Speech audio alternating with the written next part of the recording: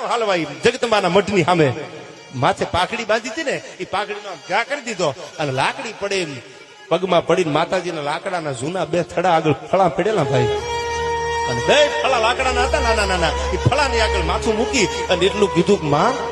કાલ દુનિયામાં આબરૂ અલગોતરની નહીં મારી ખોડિયારની વાતું થશે દુનિયામાં ચારણ જગદંબાયુની વાતું થશે માં આજ દી સુધી જો ધૂપેલિયું તારું ફેરવું હોય અને મન વચન ને કર્મથી જગદંબા તને ભેળી રાખીને હાલ્યો હોય અને પાપમાં કોઈ દી પગ ન દીધો હોય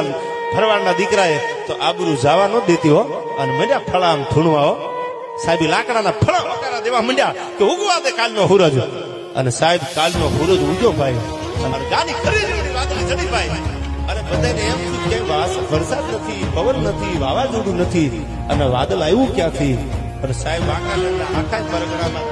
મોઢામાંથી એક જ શબ્દ નીકળતો તો નથુ અલગોતરની ખોડિયાર આવી છે અને બારે ખાંગા વરસાદ